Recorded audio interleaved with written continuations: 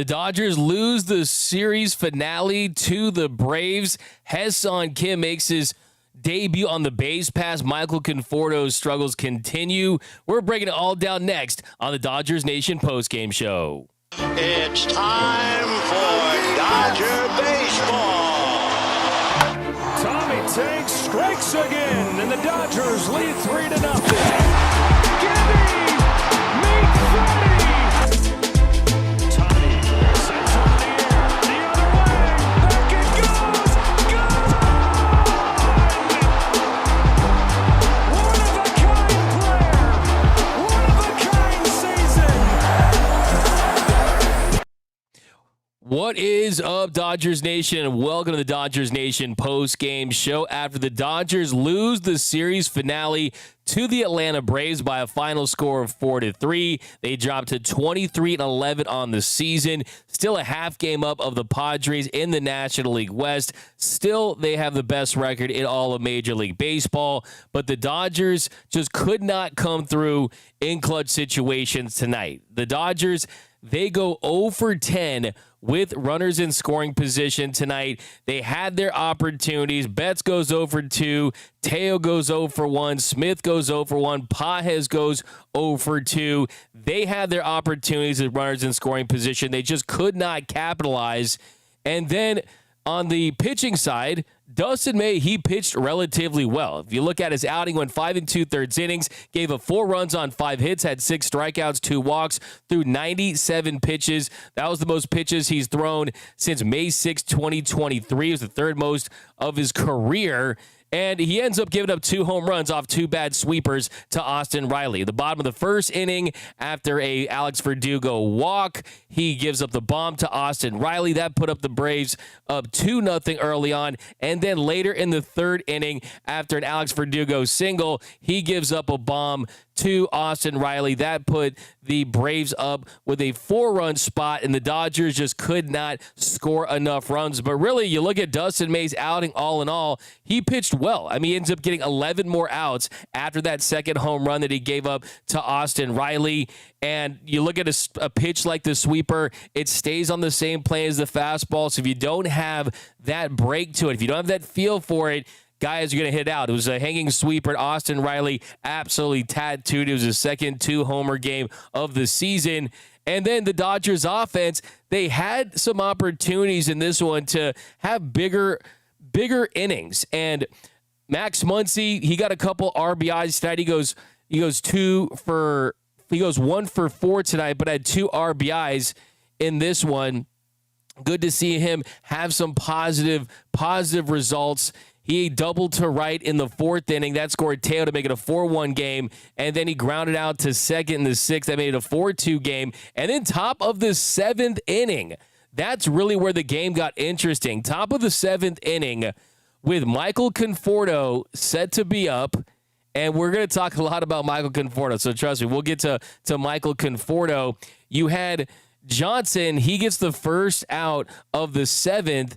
And then Snicker, he removes him. He goes for the lefty Dylan Lee to face Michael Conforto, who had already struck out twice to Elder. He hasn't had a hit in his last 29 at-bats, and that was just not a good decision by Snicker because Dave Roberts, he counters with Miguel Rojas, and Miggy Rowe, he sees a slider, and he crushes it over the left field wall, and it was his first home run of the season, and the Dodgers, they trail 4-3 at that point, so they're making a very interesting game late. This ball hit pretty well. That sends Verdugo back, still going back, and it is over the wall. The move backfires on.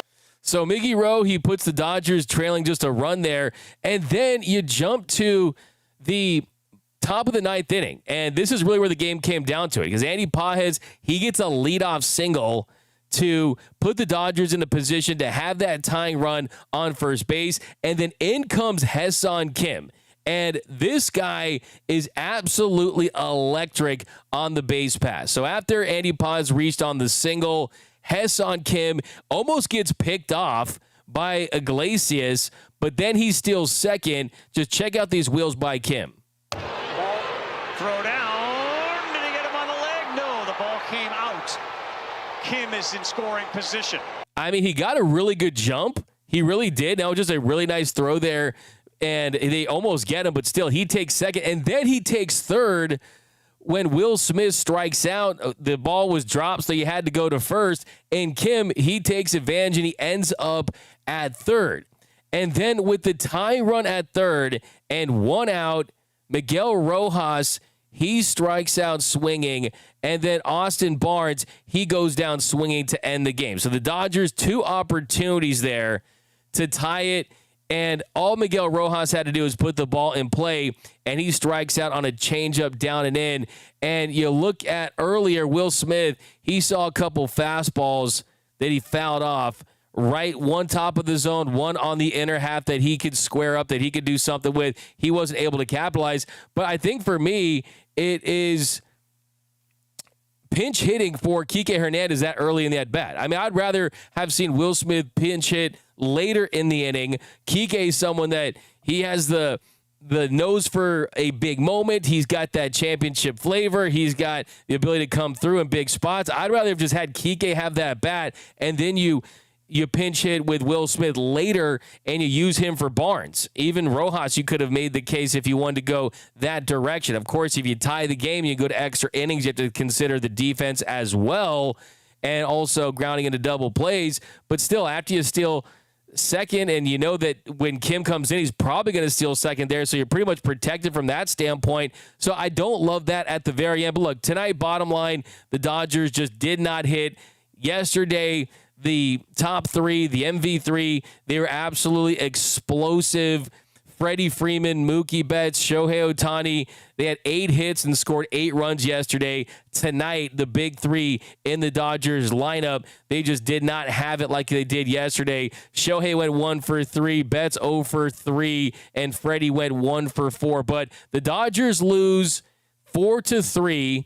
But let me know down below in the comment section, what was your biggest takeaway? I think my first big takeaway is, look, Dustin May, he looked fine. Just made 2 bad pitches. He's dependable. He's going 5 innings. You want to see him locate that sweeper and have more success with that pitch against left-handed batters. But I'm not worried about him in that situation. I don't know, says he wants to see a suicide squeeze in that. Steve Schmidt says May wasn't good, but he wasn't horrible. And look, honestly, with an offense like this, when you get 10 opportunities with runners in scoring position, you will take not awful from Dustin May and still expect to win a baseball game. You really will, just because of how talented this offense is, how explosive they can be. So you don't need him to go out there and pitch a shutout, pitch a no-hitter, pitch a perfect game. You can go out there and have him just be serviceable and have a chance to win. And the Dodgers certainly did have a chance to win tonight. You still take 2 of 3 from the Braves in this series. You do snap your 7-game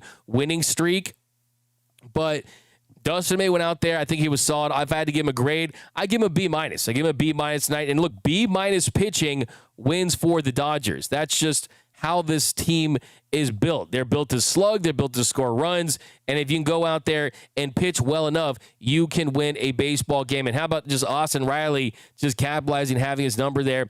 But let's talk about the big story tonight. The biggest story tonight is Michael Conforto's struggles continue to pile up.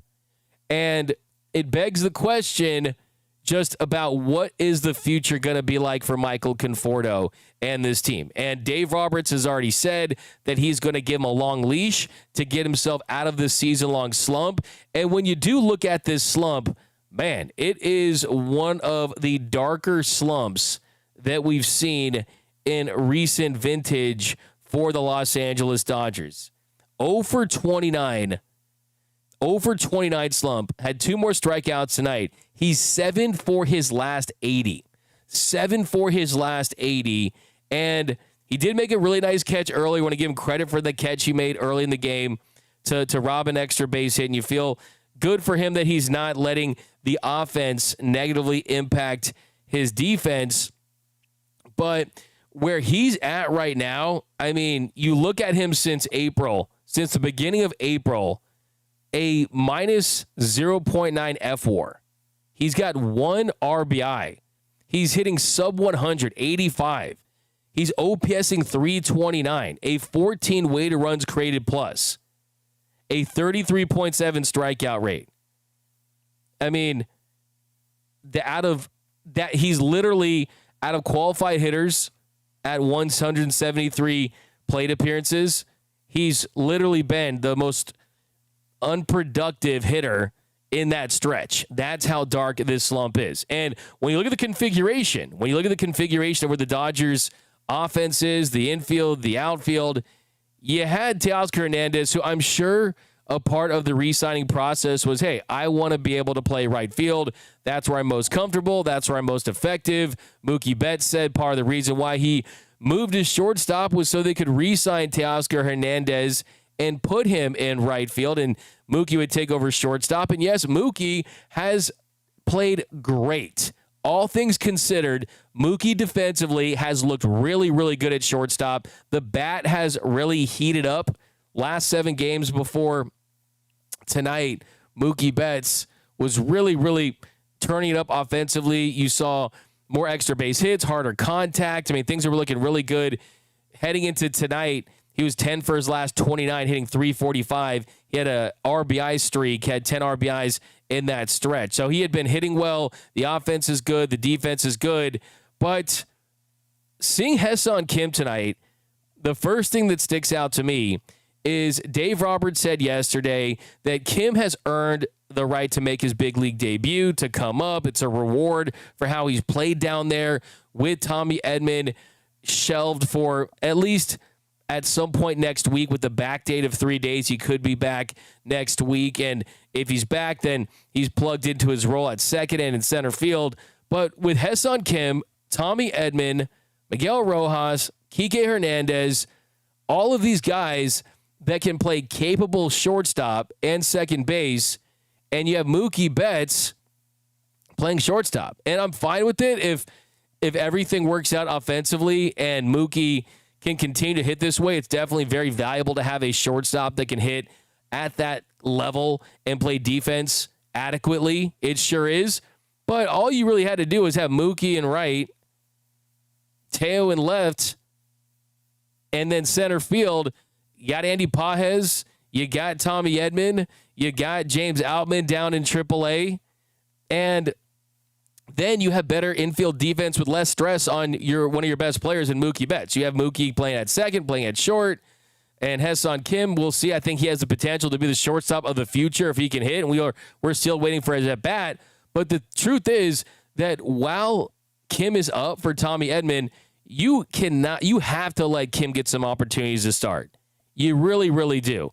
And if that means sitting Michael Conforto and moving some things around, then you absolutely have to do that, because they spent $17 million on Michael Conforto, hoping that he would hit.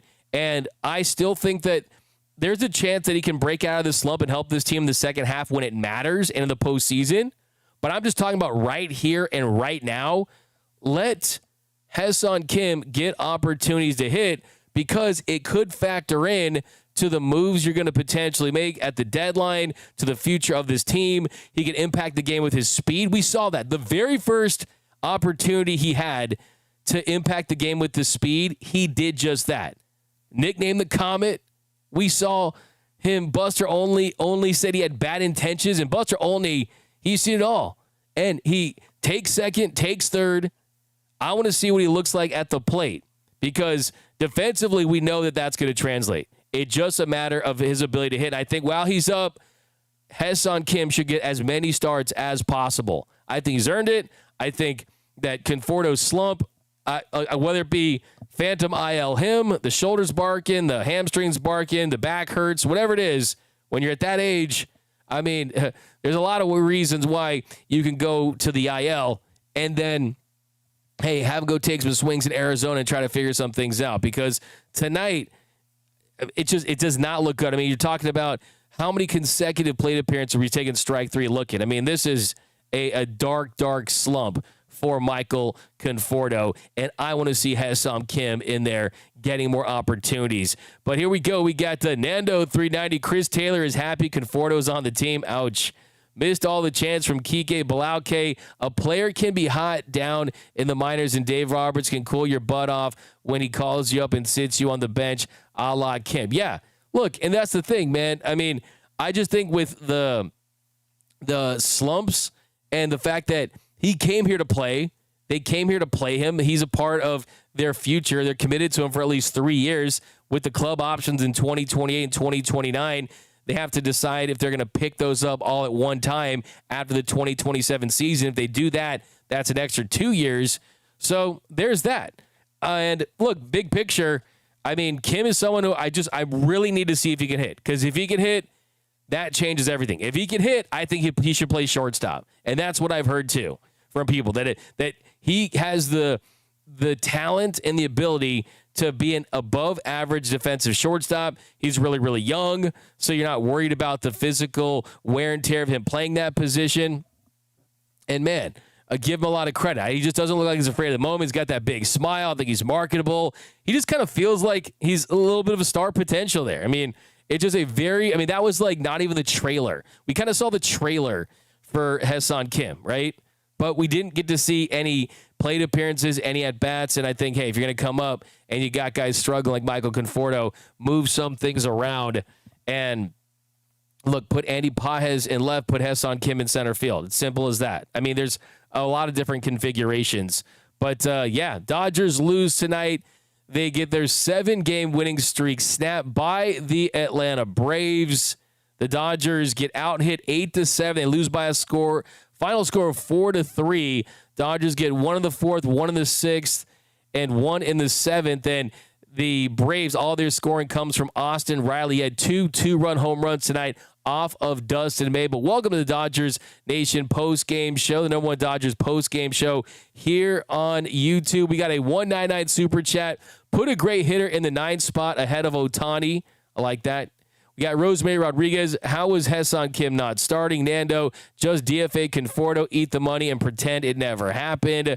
They're not going to go ahead and do that. But, look, I did say a couple days ago, I mean, just look how they've treated some of these one-year guys that don't work out. The James Paxton definitely worked out in his role as far as eating innings the way he did. But Noah Syndergaard, I mean, they traded for Joey Gallo, who's, by the way, a pitcher now, and they were not committed to him after, and of course it wasn't a massive financial commitment or anything like that. We got Bilal K throwing a big shot at Dave Roberts. Dave Roberts, the dumbest manager in baseball. Rojas should have been bunting Kim home from third with only 1 out. Look, that's something that kind of popped into my mind as far as, hey, this is an opportunity, especially after you hit a home run, to kind of lay down a bunt, and with Kim's speed, you fly in there, and then you're looking at a tie game. And look, you just have to put the ball in play. I think that with Rojas' ability to ground out and hit fly balls, that you felt, hey, at least maybe Rojas could find a way to put the ball in play, and that's absolutely what you need to happen there.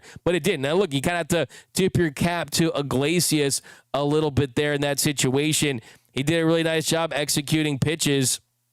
That changeup was nasty in that bat, but, I mean, he goes down swing on 3 straight changeups, so he didn't really have much of a chance. So would have been interesting. Would have been fun. I mean, like David Cohen was saying during the broadcast, really with the Dodgers, best record in baseball. You're coming off a World Series championship. It's been the best start of a reigning World Series champion in a long, long time. That, hey, you're playing with house money, and that'd be pretty fun, pretty exciting, especially giving Kim an opportunity to further impact the game on the base pass. So I certainly would have loved that idea. I will say the Dodgers, just their MO from the inside is they do not like giving up outs. They do not like giving up outs, and you could view that as giving up an out, but I mean, hey, you tie the game and you live to see extra innings, and you're kind of feeling a little better about that. So, yeah, I mean, that would have been awesome. Just lay down the bunt, goes down the first baseline, and Kim, he's in to score, tie ball game, and then the pressure's on the Braves because they don't want to get swept at Truist Park. So, yeah, I mean, look, I will say, though, biggest takeaway tonight, #1 thing you need to take away from this game is we need to see more of Hyeseong Kim. If Tommy Edman comes back from the IL and all we saw from Hyeseong Kim was him come in as a defensive replacement yesterday and him steal second and take third today, it's going to be very disappointing. And Dave Roberts has already said that, hey, look, they definitely want to give him some more opportunities, but they're going to kind of not rush him into a starter's role. I mean, Dave was saying, yeah, we might find a start from him there, find a start from him here or there. He just was kind of non-committal about how many starts he would get, and he definitely made it sound like he's going to be coming off the bench like he has been the first couple of games. But, hey, he also did say, carefully listening to it, he did say this is the big leagues and everything can change. I think, hey, after seeing what you saw with him tonight, after seeing Michael Conforto's performance, I think you could be doing more harm than good to Michael Conforto if he goes out there. And it is unfortunate. It is Michael Confortunate that he's not hitting right now and he hasn't worked out so far. But you have to kind of evaluate every part of this roster. So I definitely think that is where they're going to be at. But, yeah, a little sack fly there. It ties the game. It just it feels like they didn't take advantage and capitalize on Kim's great base running. But here we go down below. But, yeah, give me your Michelada half full. The Michelada half full take of the game, and the Michelada half full take of the game is Kim just kind of feels like something. He kind of feels like, hey, a spark plug, a catalyst, can change the game of the base running, great at defense, smile, big vibes. I don't know. I mean, for sure. Kike, D-Mac tells Conforto to practice bunting from now on, please. Gobble 100, Barnes got to go. Unfair to Will Smith to put so much pressure on him. He plays a lot. A lot of teams run two catchers. Barnes is useless and has been for 2 to 3 years. Kershaw hasn't even been here. Yeah, I mean, look, Barnes has been better at the plate recently, and this year he hasn't really hurt the team. But look, this is going to be the last year you're going to see Austin Barnes most likely. And Clayton Kershaw is coming back to get those 32 strikeouts to enter the 3,000 strikeout club and be the 20th member of that, just the fourth lefty, and then hopefully win a World Series. And then next year, Dalton Rushing, he's going to come up, and he'll be the backup catcher. I talked to Dalton Rushing about this myself. Dalton Rushing told me, I asked him, hey, kind of what do you envision your role being for this team? And he kind of let this one slip out a little bit. He told me, hey, my role is to, he said, hopefully make Will Smith's name recognition even bigger than it is now, to get him to the Hall of Fame, to get him more All-Star appearances. So that tells me that they've probably already kind of indicated to Dalton Rushing, hey, let's continue to develop this year. Maybe we'll get you onto the postseason roster. I'm not saying they told him that, but I'm just saying that that's probably the impression that he gets is, hey, if I hit and the back of their bench isn't looking great, maybe I have a chance to make up for September call-ups or make that postseason roster and kind of be this X factor kind of secret weapon towards the end. And then next season, it's Will Smith and myself. I'm the backup guy. And who knows if we see some outfield or a position change with Will Smith later in his career to third or first base, something like that, maybe that's a possibility. But I know that they want to keep Dalton Rushing in this system. They think extremely high of him as a hitter, extremely high on him as a leader and a catcher. So they don't want to lose him. They're going to find a way to get him opportunities and have a role for him. So I think that's kind of where it is. As far as Austin Barnes this year, look, Hunter Fiducia, he deserves to be a backup catcher at the very least in the bigs. And yes, could Hunter Fiducia be a better hitter than Austin Barnes? He could, but Austin Barnes, it's tough to quantify the impact that he has on this team. Just from talking to these pitchers, they sing his praises. The detail, the attention to detail that Austin Barnes brings to being a backup catcher and influencing these guys. Look, I mean, just look at the ERA difference when he's behind the dish catching Yamamoto versus Will Smith in his career. Just kind of look at some of those differences. I mean, he has the knack for getting that strike at the bottom of the zone. He's a really good receiving catcher, and he's just going to be the backup catcher on this team, whether we like it or not. And I don't think that, look, I mean, Austin Barnes didn't catch a game last year in the postseason, and they went on to win the World Series. So that's another thing to remember as well. They take 5 of 6 from the Braves. It's a great point from R.D. Randone. Sliwa, I need coffee. My man, Alan Sliwa. By the way, he's going to be on my show tomorrow, The Big Lead, if you want to watch that. Alan Sliwa, former Lakers postgame show host, the great Laker ball knower, is going to be joining us on The Big Lead, so definitely do that. Jose Aguirre, Will Smith didn't hit a home run. He's a bum. Hey, come on now. Start Kim at second. Padres equal the Clippers. Rosemary Rodriguez, he's going to lose his momentum from being in OKC and hitting there.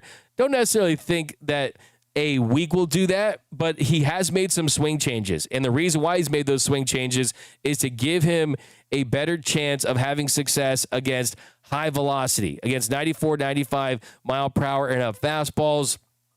And the key is you've seen a couple home runs off high fastballs that have been around 95. And look, this guy just kind of feels like a winner. I mean, great analysis there, right? But I will say that he does have that swing pinwheely where it kind of just the way it lays out makes it not as conducive to having success against high velocity heat up in the zone.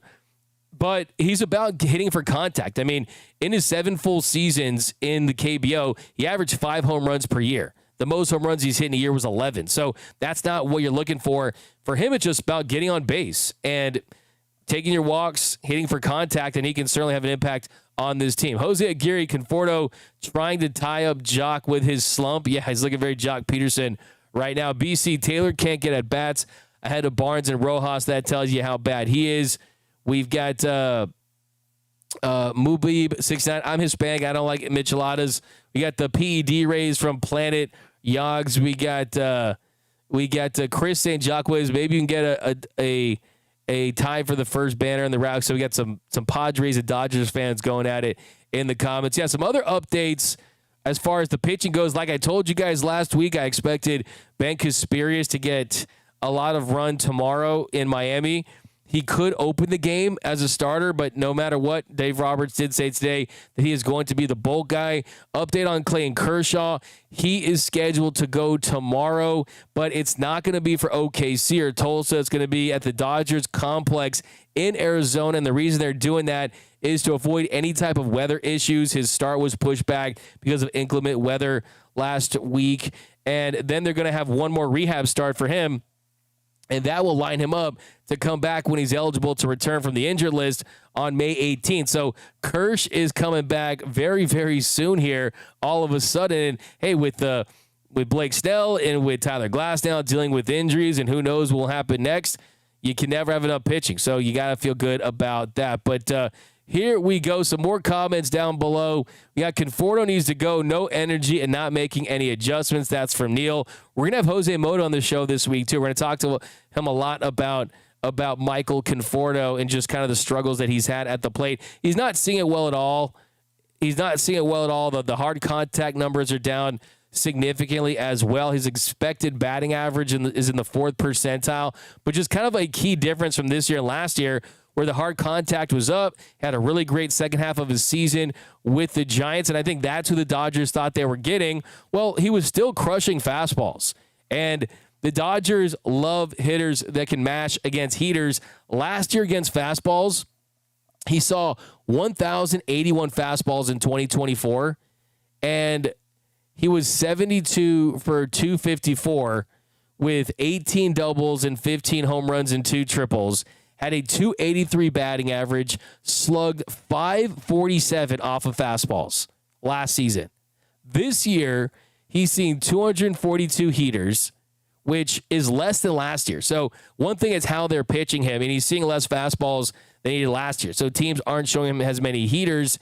But this year, he's just 7 for 48 with 2 doubles and 1 home run against fastballs.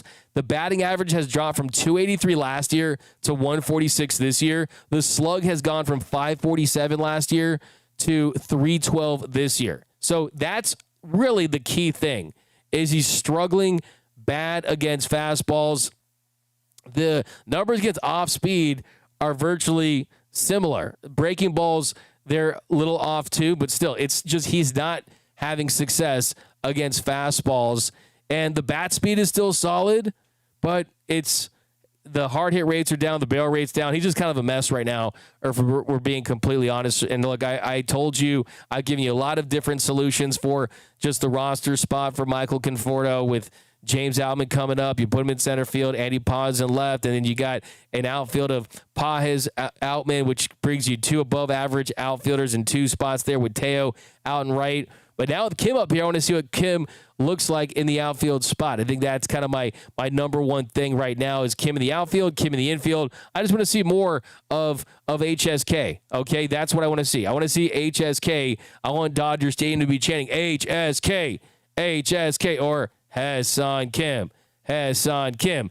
Parker Lee comments over on YouTube. Kim's developing some power. He had 5 home runs in 28 games. Yeah, and the weighted runs created plus was at 105. So he was 5% above league average down the minors this season. That's not great, obviously. And if you're just slightly above league average down the minor league level, the chance of you being league average are not great, but we still need to see. Some guys, hey, they can handle the bright lights.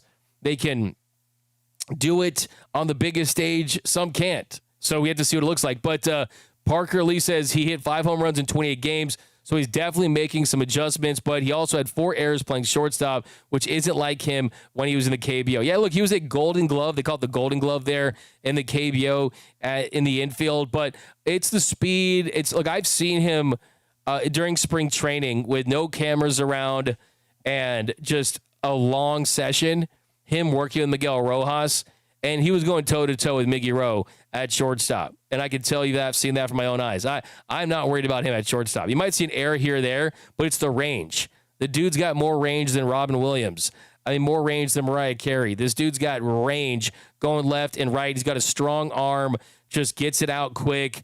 He has a chance to be a really, really special infielder. It's just, hey, if he can hit, he's going to stick. I mean, period, point blank. We got the Dustin is trash ASF. Why the Dustin May hate? Dustin May made 2 bad pitches, and they were both to Austin Riley, and Austin Riley made him pay with 2 2-run home runs. I think outside of that, it was a big league. It was a big league pitching performance by Dustin May tonight. When I say that, I mean, hey, if you're a big leaguer in a rotation like the Dodgers going against the Braves in Atlanta with a ton of talent, you're not going to go and pitch 1-run shutout ball. You're not going to go out there and pitch 7 shutty with a couple hits, okay? Look what happens when Bobby Miller gives up a 2-run shot and then when Dustin May gave a 2-run shot tonight. Look at the difference. Look at the contrast there. After Dustin May's second home run he allowed, he still got 11 more outs. That is a professional outing tonight from Dustin May for sure. And I'm not saying that it was Cy Young worthy, but I still feel really good about where Dustin May's at. Before tonight, Dustin May had given up just 1 home run all season.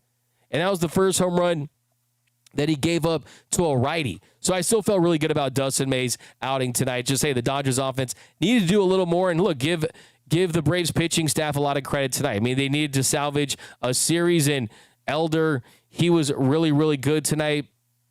The Elder went out there and, he 5 innings, 2 runs on 4 hits, had 6 strikeouts and 2 walks. The Dodgers, like I said, just couldn't capitalize with runners in scoring position. But a couple more here, guys, and we're going to be back with a jam-packed Dodgers Dugout Live tomorrow at 12. Don't want to miss that. We're going to be talking some roster moves. We're going to be talking a little more Luis Robert Jr., who has started to really, really heat up. We're going to be talking about this continued road trip and basically all things Dodger baseball. So we got our 10 big takeaways for the week that was. So you don't want to miss that. Look here. This is Unknown 26. May is nothing special. Maybe not, but you don't need your number 4 or 5 starters to be nothing special. I mean, to be special. I mean, Dustin May is going to be a free agent after this season. It's probably his last year as a Dodger. So, hey, he's going to go out there. It's free agent season and try to put his best year together to get a nice deal. But I think that was really the case with him is that. But, yeah, I'll try to get some one-on-one time for Michael Conforto when he's back. And it's tough to get guys when they're slumping for sure, but I will definitely try. The Sandwich, appreciate this. A $4.99 super chat. After 2 Tommy Johns, Dustin May looks better than Buehler did last year. That's a great take. It's my comment of the show. And that's the truth. I mean, of course, Buehler in the postseason was a whole different animal. Buehler in the regular season was one of the worst pitchers in baseball and was going to get released. And he said it himself. He said he felt like he was going to get released. By the way, everyone wanted to see Buehler back, and he's on the IL with shoulder inflammation. And I mean, I think the Dodgers we're fine to not go that way. We got Bilal K. I'm not making excuses for anyone. Who am I making excuses for? I'm not making excuses for anyone, Bilal K. I'm actually here's my skinny take on Michael Conforto. If he doesn't figure things out by the All-Star break, he's not going to be on this team in any type of role unless it's a bench bat. They're not going to allow him to hit the way he's hitting for an entire season. we've seen this with Dodgers players. Noah Syndergaard, they treated him like he was a couch that they put on the side of the road, and it said free couch. And it wasn't even a nice couch. It was like one out of a frat house that had like beer and Cheetos in the seat cushions, right? It wasn't even a great couch. It was a free couch. Take them, Guardians. And we saw who they were able to get from that, Rosario, but still, yeah, they're going to deal with it that way. And look, I mean, not all guys are going to be hot at the same time. Not all guys are going to be slumping at the same time. And I just tell you, I can tell you what I want to happen, how things are. If it was me, I would give Hunter Fiducia the chance to be the backup catcher because he can hit. And you need guys to hit, especially if you're going to load manage Will Smith for most of the season. But there's what I want to happen and what I know is going to happen because of how the Dodgers organization is going to do things. So those are two different things for sure. Nando 390 says Rojas on his fourth plate at an Atlanta casino buffet. I like that one. Finish him. Finish him for that one. Miggy Rowe. What's up, Kiki? What's up, Kiki Mayazaka? 818 Conforto ski mask bobblehead giveaway next week at the Ravine. 818's going crazy with it. There we go, guys. Finish him. Finish him. But yeah, guys, this post-game show, we're going to have more of your takes for sure. I know that they've been loaded, but like you said, we're trying to do as many post-game shows as we can. We're going to try to hit at least 140 this year. So, yeah, they're going to be a little different than you've seen. So, yeah, we're going to try to get as many of your comments in for all these shows. So, yeah, it's a lot of reaction. We appreciate you guys down below. Conforto might be a Giants spy. Okay, so you think he's a Giants agent? Mark, Kim was such a low-risk signing. Yeah, I mean, you're committing $12.5 million to him for 3 years. And then you've had to pay the Kiwoom Heroes a little over $1 million. So, yeah, it was a very low-risk signing for sure. Jose Aguirre, CT3 back in the starting lineup immediately. Yeah, look, Dave said he wanted to give Chris Taylor a start. Well, good. He got a start, and look what he did with it, okay? He got his start. Now it's time to give the guys starts that are going to help your evaluation process. I don't think that playing Chris Taylor helps your evaluation process that much right now, and that's evidenced by the lack of at-bats that he's had this season. I mean, just think about this. Don't listen to what the Dodgers say. Watch what they do. I've said that on here a lot of different times, and they can say everything they want about Chris Taylor, but he's been on the team the entire year. He's played in 20 games, has had 20 at-bats in those games, and he's 4 for 20, and he's not impacting winning and losing that much, but they're telling us that, hey, from an evaluation standpoint, it's not like they're saying, oh, we want to see a lot of Chris Taylor and see what he can bring to determine if he's going to play for us. So that's just not what they're doing with him. For Kim, it's different because they don't know what kind of player he is. If he can come up, produce offensively, the way that you can use him off the bench as a pinch runner, the way that you can mix him around with positional versatility in the infield and the outfield, it changes things. And then, look, I mean, is Mookie going to play short the entire year? I mean, Dave Roberts said to me he basically is. But things can change pretty quickly. Dodgers had no right in losing this game. Samurai, I mean, look, it was a close game. He had a shot in the end. Miguel Rojas, he puts the ball in play. It's a tie game. They should have probably laid down a bunt there. I would have done that just for funsies. I like big bunts, and I cannot lie.